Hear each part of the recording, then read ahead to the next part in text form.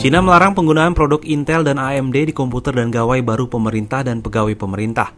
Beijing juga mengurangi penggunaan perangkat lunak buatan asing. Larangan itu diungkap The Financial Times pada Minggu 24 Maret 2024. Pada Desember 2023, Kementerian Perindustrian Cina menerbitkan daftar berisi prosesor dan perangkat lunak aman. Pusat Evaluasi Keamanan Teknologi Informasi Cina juga membuat daftar sejenis. Dalam daftar itu terdapat 18 prosesor yang disetujui penggunaannya di Cina. Beberapa di antaranya adalah produk Huawei dan grup Pitium. Kedua perusahaan itu masuk daftar hitam ekspor Washington.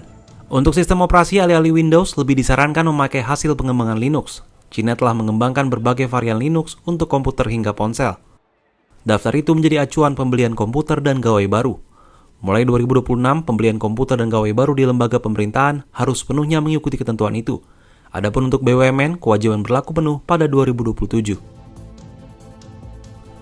Ketentuan pengadaan itu bagian dari strategi nasional Cina untuk pengaturan teknologi militer dan sipil. Strategi itu dikenal sebagai Xinjiang atau Inovasi Aplikasi Teknologi Informatika. Kebijakan itu melemahkan perusahaan AS di Cina. Pada 2023, Cina salah satu pasar terbesar perusahaan teknologi AS. Sekitar 27% omset Intel 2023 didapat dari Cina. Adapun bagi AMD, Cina menyumbang 15% penjualan. Aneka sanksi AS menjadi katalis industri semikonduktor Cina. Beijing mengucurkan miliaran dolar AS untuk memacu industri tersebut. Cina mengembangkan kemandirian untuk bahan baku, peralatan produksi, dan tentu saja pasar semikonduktor.